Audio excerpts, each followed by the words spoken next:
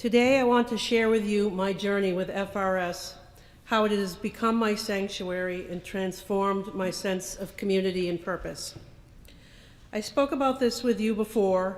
In my life, my spiritual journey has been primarily a solo journey, coming together occasionally for things like Sufi camps and Hindu pujas, but mostly a journey in front of my altar, my practice, to find me.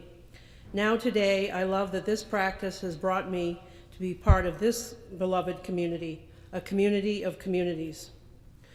For a few decades, I only attended FRS at Easter and Christmas, as I grew up attending a Unitarian church in Portsmouth with my mother. And when I became a mother, I wanted to expose my now grown children to multiple faiths. Their father is Hindu, so we mostly visited a Hindu temple in Andover.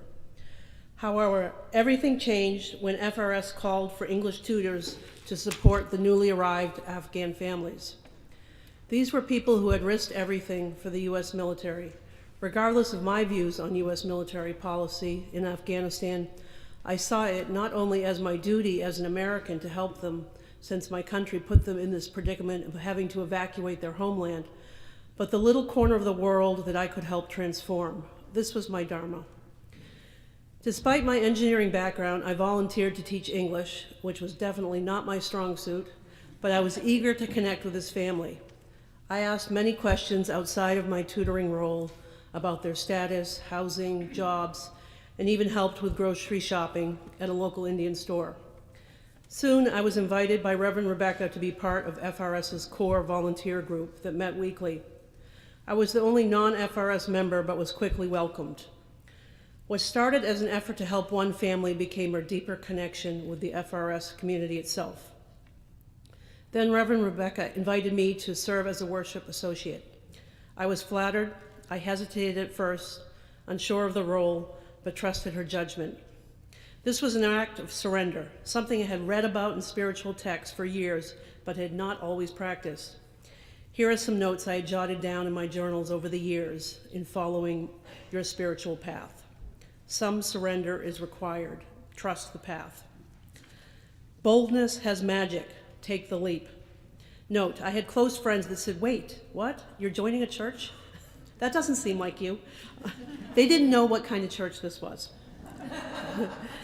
Don't stand at any crossroads too long. Trust your gut. The act of choosing is the most important part. Many of you may recall my talk on Dharma last year. I have long believed in following signs and hunches, trusting that true fulfillment aligns with the common good. It is not about ego, but about letting something greater work through you. I never sought out a church community, it found me, and in Reverend Rebecca, I found someone who really, truly saw me. I am grateful for your sermons, Reverend Rebecca. Every time I come to church, I have some revelation, some aha moment during the service. You can imagine I quickly became a member. Now in my second year as a worship associate, I'm deeply grateful for the opportunity to share my ideas and my truth. What a wonderful gift to be able to be vulnerable and share what is important spiritually with the open community of communities that we have here. Well, needless to say, this quickly led me not only to becoming a member, but also an honor to become a board member as well, and now as part of the Leading Edge team. FRS is a place where even if you don't know everyone personally, we can let our guard down, trusting in the best intentions of those around us. In today's uncertain world, this community of communities is an anchor. Though I've only been here a few short years, I cannot imagine life without it.